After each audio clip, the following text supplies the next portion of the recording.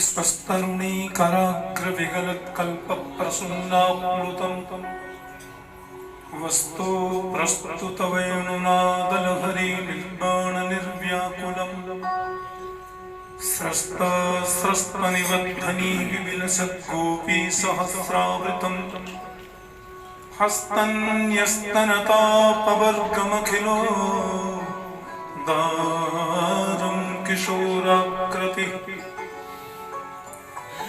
कृष्ण त्वदीय पद पंकज पंजरान्ते अद्यैव मे विशतु मानस राजहंस प्राण प्रयाण समये कफवात वित्तै कंठावरोधन विधौ स्मरणं कुतस्ते अज्ञानतिमिरान्धस्य ज्ञानाञ्जनशलाकया चक्षुरुन्मीलितं येन तस्मै श्रीगुरवे नमः।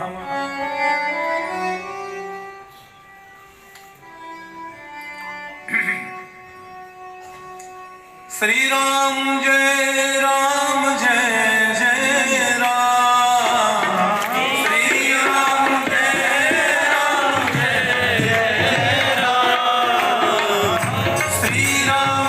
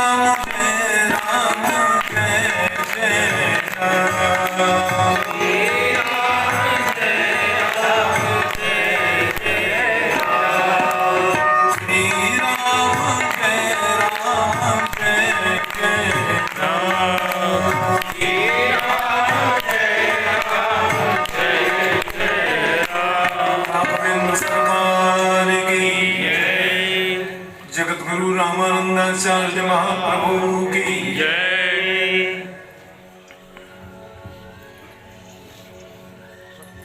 बहुत आनंद की पवित्रतम अनुभूति हो रही है।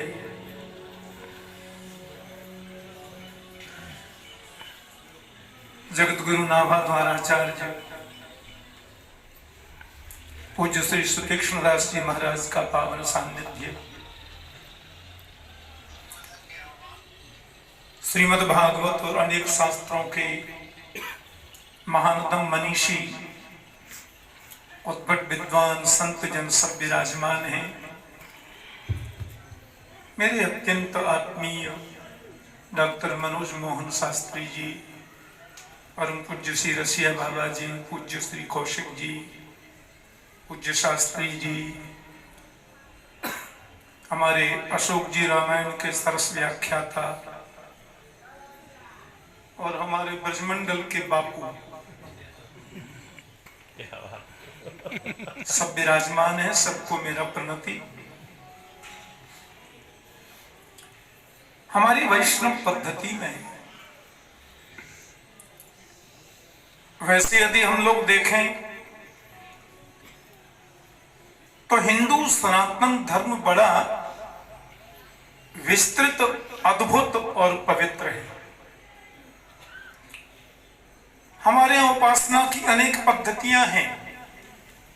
उपासना का तात्पर्य होता है उपसमीपे असनम उपासनम, परमात्मा के सामीप्य की निरंतर अनुभूति का नाम उपासना है। और उपासना से ही उपनिषद बनता है।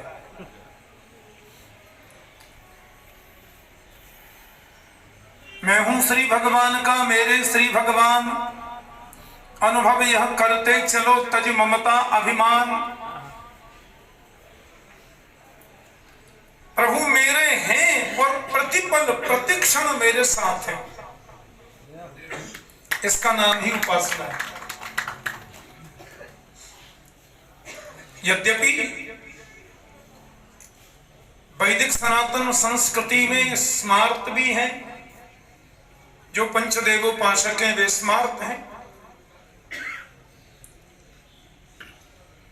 संन्यास परंपरा के दशनामी सन्यासी वे भी उपासना की एक पद्धति है, जिसमें आद्य शंकराचार्य महाराज उपासना की अपनी विधि प्रखरता से और प्रबुद्धता से बताते। भज गोविंदम गोविंदम भज मूढ़मते, प्राप्ते सन्निहिते मृत्युम नहीं नहीं रक्षत दुक्रिय कर रहे। तो स्मार्त हैं, संन्यास परंपरा के हैं, शैव हैं, शाक्त हैं, बड़ा विशालतम ये धर्म है। उसी में हमारे चतुर वैष्णव हैं। श्री ब्रह्म रुद्र सनका चत्वार क्षिति पावक, जिसमें श्री रामानुजाचार्य, बल्लभाचार्य, निम्बार्काचार्य, माध्वाचार्य, और आप आश्चर्य करेंगे श्री रामानुजाचार्य, श्री वैष्णव और श्री रामानंदाचार्य दोनों का मत एक ही है, विशिष्टाद्वैत।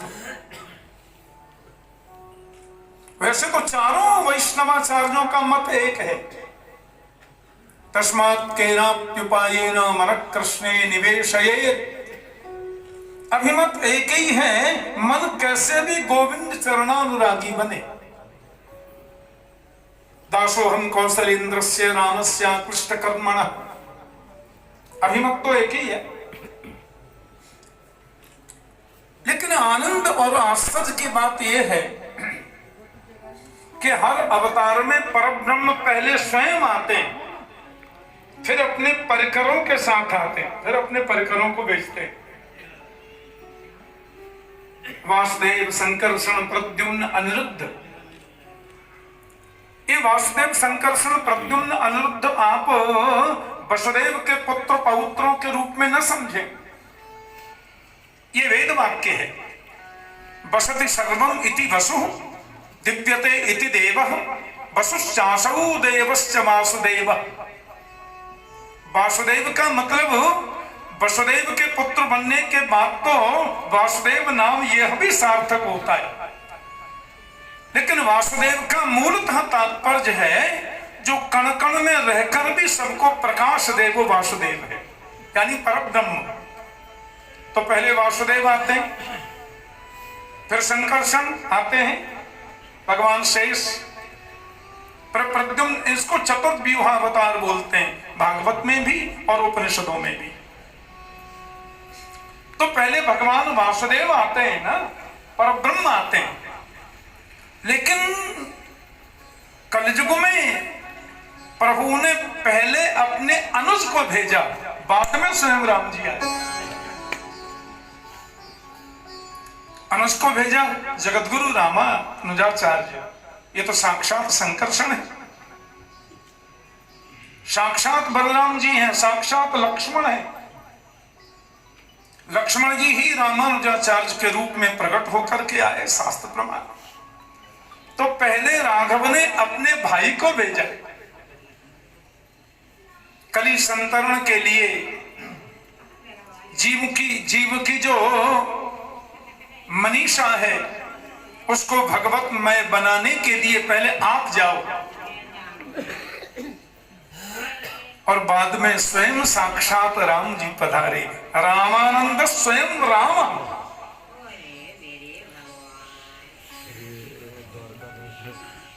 रामानंद स्वयं राम अवतीर्णो महीतले, या तो प्रकटीभूतो महीतले। भगवान राम स्वयं रामानंदाचार्य प्रभु के रूप में अवतरित हुए। बिठा दो, बिठा दो। तो जहां सेवा ही परम धर्म है, विशिष्टाद्वैत का मत है कैंकर्य लक्षण विलक्षण मोक्ष भाजो, रामानुजो विजयते यतिराज राज। कैंकर्य मीन्स सेवा, और यहाँ भी जैसे हम लोग श्रवण करते आए, अब मेरा तो कुटिया से 40 साल से संबंध है,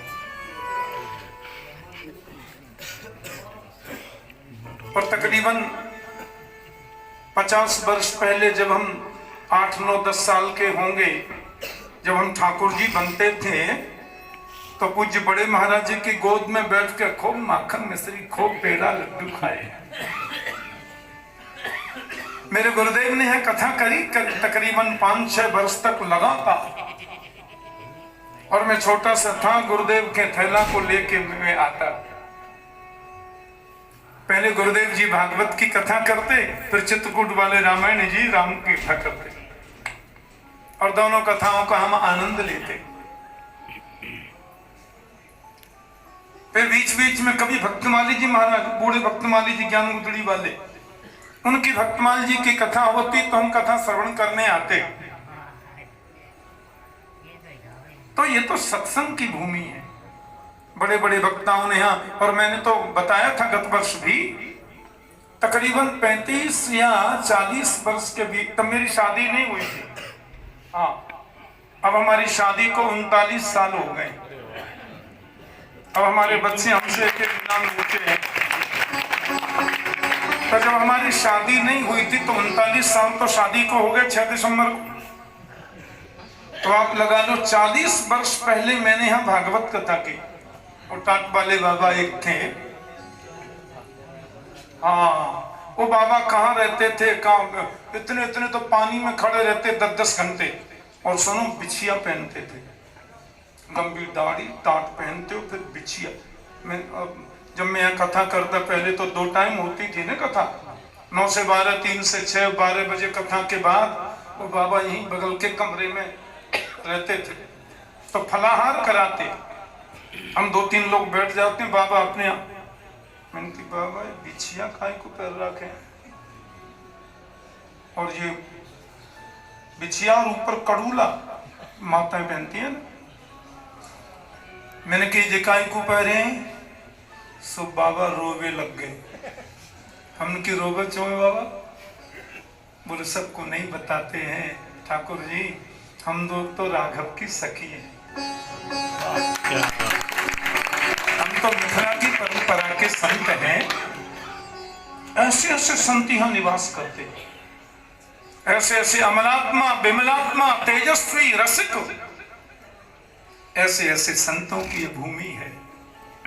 तो यहाँ 2 बार भागवत कथा की मैंने, 35 या 40 वर्ष पहले, फिर 34-35 वर्ष पहले। तो अब 48 साल तो मुझे कथा करते करते ही हो गए, और विश्व के 44-45 देशों में भागवत कथा और राम कथा कहने का हमें सौभाग्य मिला है। विश्व में जहां भी हिंदू जनमानस विराजमान है, अब 2 साल से कोरोना के मारे नहीं गए, इस साल फिर जा रहे हैं। अभी से बन गए प्रोग्राम, कोरोना भग जाए तो फिर हो। और ये जो भूमि है, यहाँ जो वैष्णव संत सेवा होती है, वो वंदनीय है। और पूज्य महाराज श्री का तो मैंने दर्शन किया, बड़े महाराज जी का, एकदम जैसे उनका नाम था ना, वे लगते कि सुदामा ही थे, एकदम दुबला पतला शरीर। फिर बाद में तो महाराज जी जमुना पार रहते थे, हम लोग वहां जाते थे दर्शन करने। एक यहाँ देवरा बाबा आते थे, पूज्य महाराज श्री देवरा, बड़े तपस्वी महात्मा, वैष्णव कुल भूषण। तो पूज्य महाराज जी का हम दर्शन करने आते हो, देवरा बाबा के बतासे लेने जाते। वो मंच पर बैठे बाबा, और ऐसे चरण लटका देते, लोग चरण अपने सिर पे लेते। रंगलक्ष्मी विद्यालय में पढ़ते हम लोग, और बस वहां हाजिरी लगाई और चले गए बाबा के यहाँ।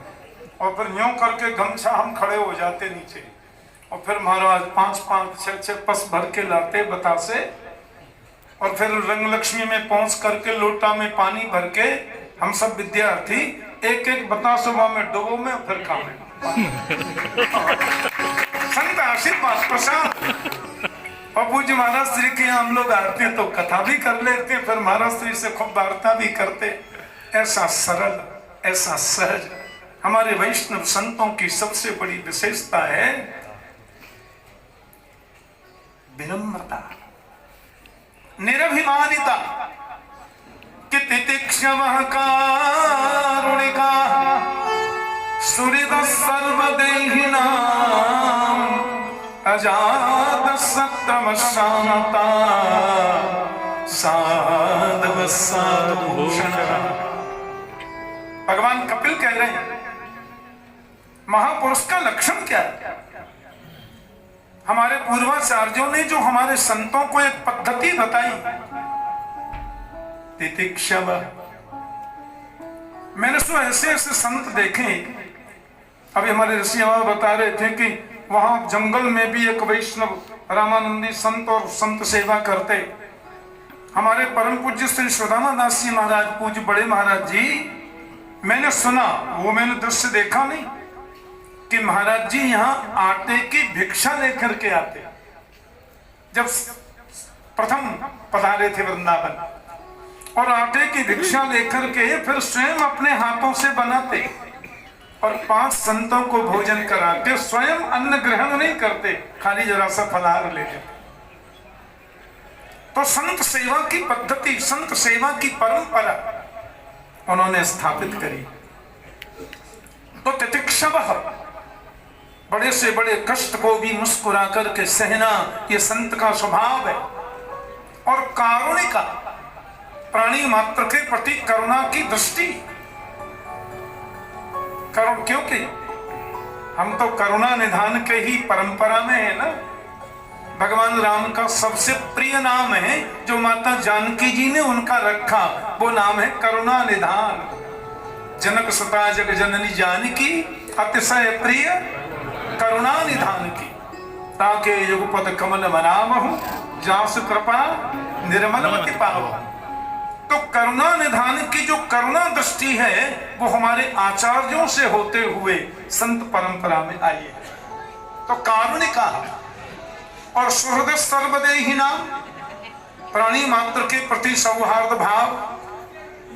आप प्योर वेजिटेरियन हैं, आप भगवान के भक्त हैं, आप वैष्णव हैं, अपना गुरुद्वारा, अपनी गुरु परंपरा बताइए और जितने दिन चाहें कुटिया में निःशुल्क प्रसाद ग्रहण करिए और खूब भगवत भजन और कीर्तन, और सवेरे की शाम होगी। महाराज ऐसा स्वाद तो मैंने कहीं देखा ही नहीं। अच्छा, अपने घर में हम कई बार ट्राई करते हैं। हम इंद्रेश की माँ से कहते हैं कि एक बार श्याम भोगी बना। वो बनाती तो है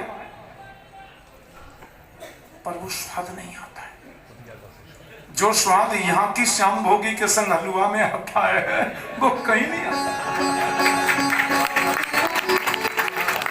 एक बार कनाडा में वैंकूवर एक जगह है, प्रतिवर्ष जाता हूँ मैं, तो वहां गुरुद्वारा बनाए बहुत बड़ा। तो मुझे उस गुरुद्वारा में आमंत्रित किया सरदारों ने, और फिर वो क्या सरोपा देते हैं, वो देते हैं। फिर वो एक परात रहती है, उसको कपड़े से ढक के रखते हैं, और एक इतना सा कोई पात्र होता है, उससे यूं कर करके उसमें से हलवा देते हैं सब। अब मैंने वो हलवा एक दिन खाया, दूसरे दिन फिर गए तो फिर खाया। मैंने कि इसमें डालते क्या हो? बोले महाराज कुछ नहीं डालते हैं, ये खाली आटा है, शर्करा है और घी है, और इसमें कुछ नहीं है। मैंने कि तो इतना स्वाद कहां से आता है? बोले इसमें गुरु कृपा पड़ी हुई है, यही इसका स्वाद। तो यहाँ की श्याम भोगी और यहाँ के हलवा में जो स्वाद है ना, उसमें पूज्य बड़े महाराज श्री की कृपा भरी पड़ी है, उनका आशीर्वाद है, उसका स्वाद। तो सुहृद सर्वदेहिना अजात शत्रु शांता साधव साधु भूषणा। अजात शत्रु, हमको स्मरण है महाराज जी का कोई बाक शत्रु भी नहीं था, पर यदि कोई कुछ कह देगा तो महाराज जी हंस जाते, बलराम जी की इच्छा। इसके अलावा दूसरा शब्द नहीं, मनसा वाचा कर्मणा, कभी किसी के प्रति ऐसा भाव आया ही नहीं। अजात शत्रु शांता, यही साधुत्व है। साधनोति परं कार्यमिति साधु, जो बिगड़े हुए के काम को साधे वो साधु, जो बिगड़े जीवन को संवार दे वो साधु, जिनका शांत स्वभाव होता है, यही साधु का भूषण है, यही साधु का स्वरूप है। तो हमारे चारों वैष्णवाचार्यों ने जो एक पद्धति बताई, जो एक नियमावली दी, वो अभिवंदनीय है, अभिपूज्य है। जगत गुरु रामानंदाचार्य प्रभु जो साक्षात राम स्वरूप हैं, रामानंद स्वयं राम अवतीर्ण महीतले, तो प्रादुर्भूतो महीतले, वे साक्षात राघव के स्वरूप हैं। ऐसे पूर्णमाला जस्त्र जी का जन्म महोत्सव प्रतिवर्ष की भांति हम लोग इस बार भी प्राकट्य उत्सव मना रहे हैं। उस सबकी आपको बहुत बहुत बधाई और समस्त संत चरणों में मेरा अनेकानेक वंदन। इस शुभ मंगल घड़ी के अवसर पर अनंत वंदन। वाणी को विराम। जय श्री कृष्ण।